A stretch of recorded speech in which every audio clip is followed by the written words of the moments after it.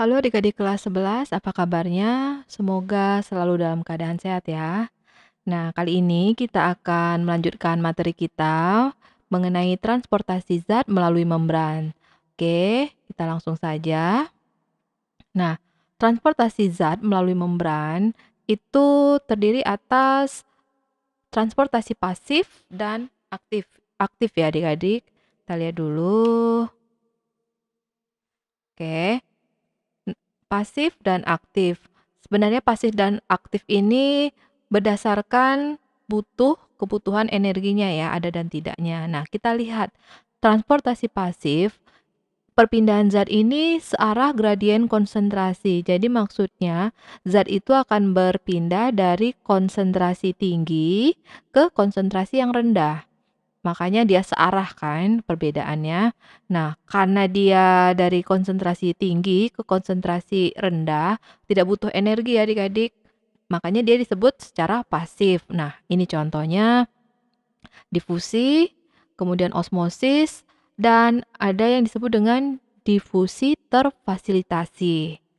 Nah, nanti masing-masing kita lihat lebih lanjut. Ini masih secara umum ya adik-adik.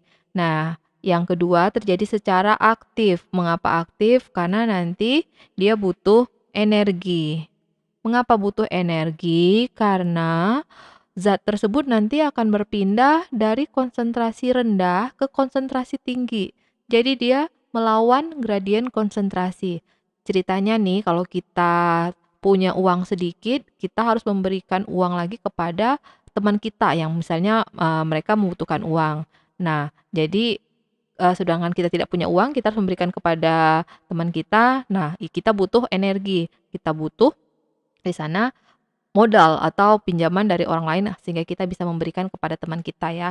Itu sedikit analoginya lah misalnya. Nah, transportasi aktif juga melibatkan protein pembawa ya adik-adik ya, atau nanti protein karir. Nah, contohnya di sini adalah pompa natrium kalium NaK. Selain itu, masih pada transportasi aktif, nanti ada yang disebut dengan endositosis dan eksositosis. Oke, langsung saja ya, kita mulai dari difusi. Kita lihat dulu, ini gambarnya. Oke, difusi itu adalah perpindahan zat dari larutan hipertonik ke larutan hipotonik. Hipertonik itu larutan kental, sementara larutan hipotonik ini encer ya. Jadi kalau di sini kita lihat yang merah-merah ini adalah larutan gula, yang merah ya. Ini gula. Nah, yang biru di sini adalah air ya, ini air. Nah, kita lihat di sini gulanya lebih banyak kan. Di sini banyak sekali gula. Sementara di sini gulanya hanya 1, 2, 3. Sedikit.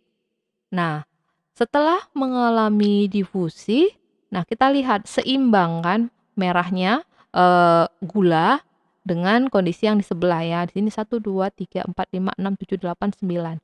1, 2, 3, 4, 5, 6, 7, 8, 9. Jadi jumlah atau kandungan si glukosa di sini gula sama dengan yang di kanan dengan yang di kiri ya adik-adik. Nah, yang berpindah di sini tadi gula karena dia ukurannya kecil di sini ya. Jadi dia bisa melewati kemudian menyeimbangkan, nanti keadaannya itu disebut dengan isotonik. Contohnya apa di sini? Ketika sirup kita masukkan ke dalam air, dia akan segera berdifusi, bercampur merata ya adik-adik. Teh, kopi, susu, atau kalau itu di tubuh kita itu difusi O2 dan CO2 terjadi di alveolus. Nah, sampai di sini paham ya adik-adik? Ini sebenarnya difusi secara sederhana ya. Nah, oke, kita lihat di sini. Difusi itu ada yang disebut dengan difusi sederhana. Oke, agak pelan-pelan ya adik-adik. Difusi sederhana dan difusi terfasilitasi. Mengapa disebut sederhana? Karena tidak ada bantuan protein pembawa.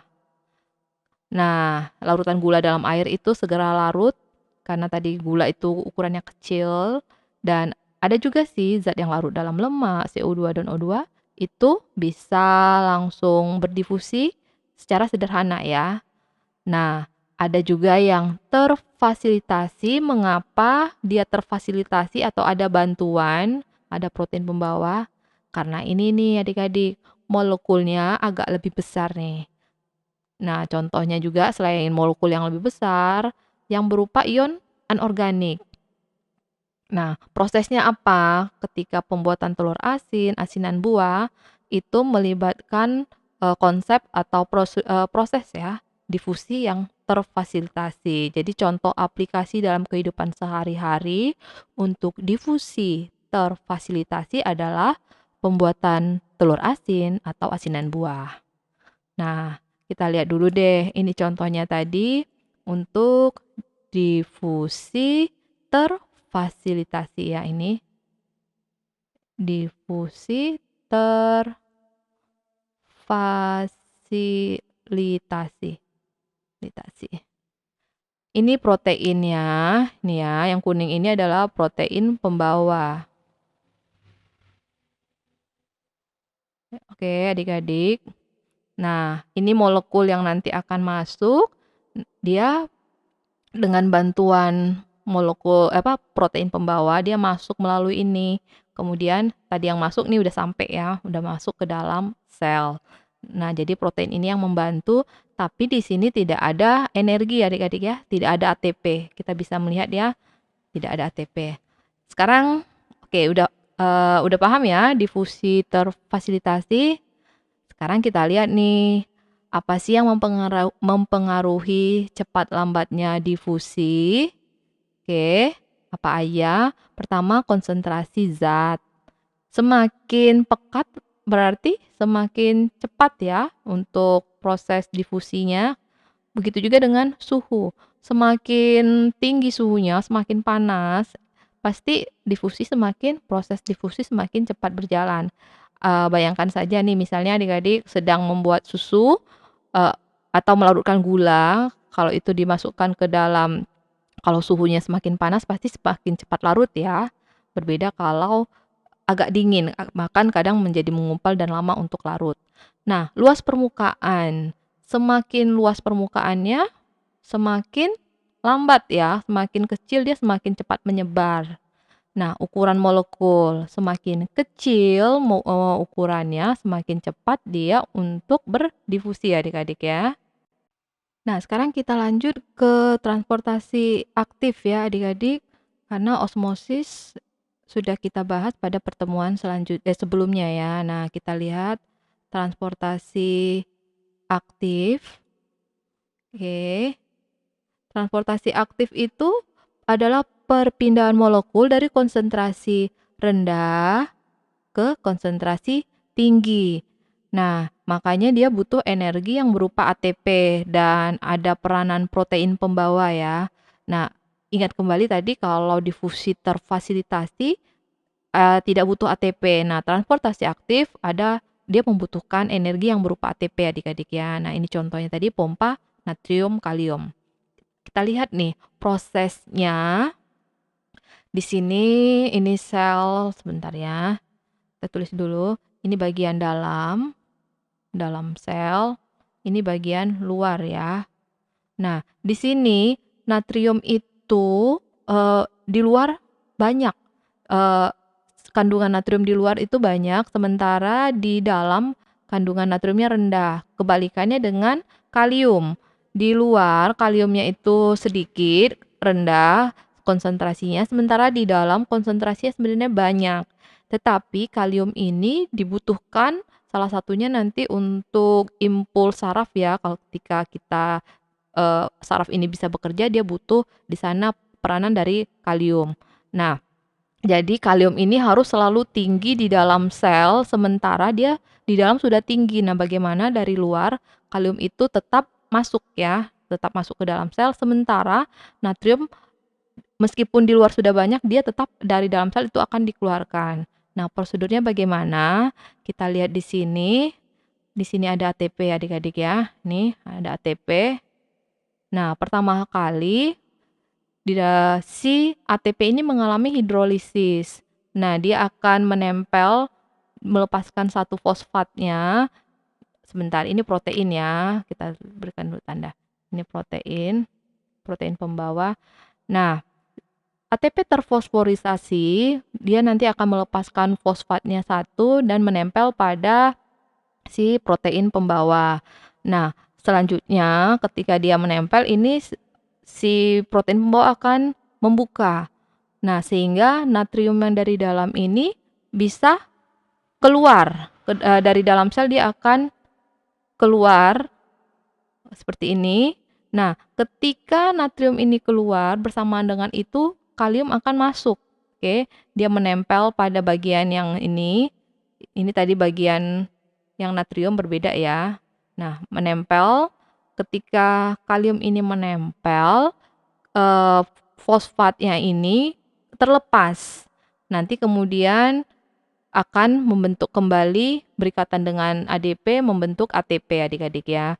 Jadi kesimpulannya nanti Na-nya ini 3 Na yang dikeluarkan untuk 2 ion kalium.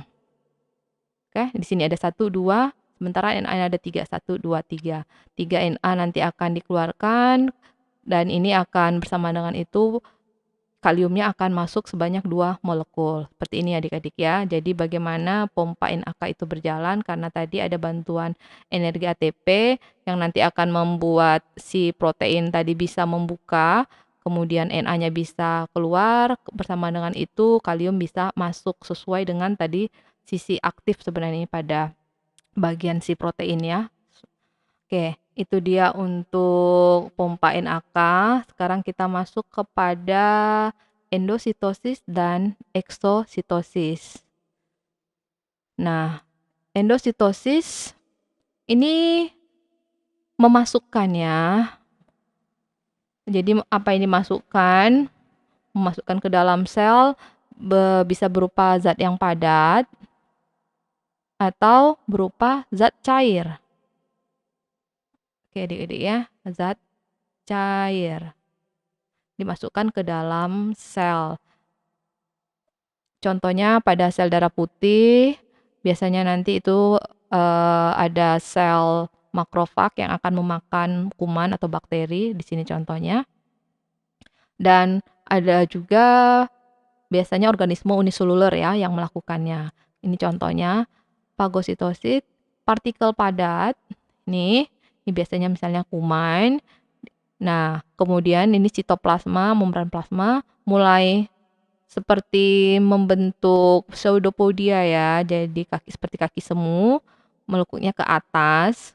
Nah, selanjutnya nanti setelah masuk akan membentuk seperti kantong di sana. Di sana adalah peranan vakula makanan yang kemudian nanti mencerna molekul padat tersebut, biasanya benda asing ya atau tadi kuman dan sebagainya. Nah, untuk pinositosit ini yang berupa cairan. Nah, dia melekuk ke bagian bawah, seolah-olah tertarik. Kalau ini kan ke atas ya adik-adik, membuka tadi pseudopodia, ini melekuk ke bawah, membentuk vesicle. Nah, kemudian nanti setelah masuk ya tertutup. Dan disinilah kemudian mulai dicerna. Nah, sekarang kita lihat untuk eksositosis sebenarnya kebalikan dari endositosis. Jadi dia mengeluarkan. Kalau tadi masukkan ini mengeluarkan. Nah, contohnya sih biasanya adalah pengeluaran sekret ya atau kelenjar di sana. Ini sudah di dalam sel setelah dihasilkan diproduksi, dia akan dikeluarkan. Nah, lewat proses yang disebut dengan eksositosis. Nah, adik-adik, sekian dulu pembahasan kita mengenai transportasi melalui membran. Semoga bermanfaat ya dan bisa membantu adik-adik dalam memahami materi yang diberikan oleh Bapak Ibu guru di sekolah, membantu adik-adik paham dan tetap semangat.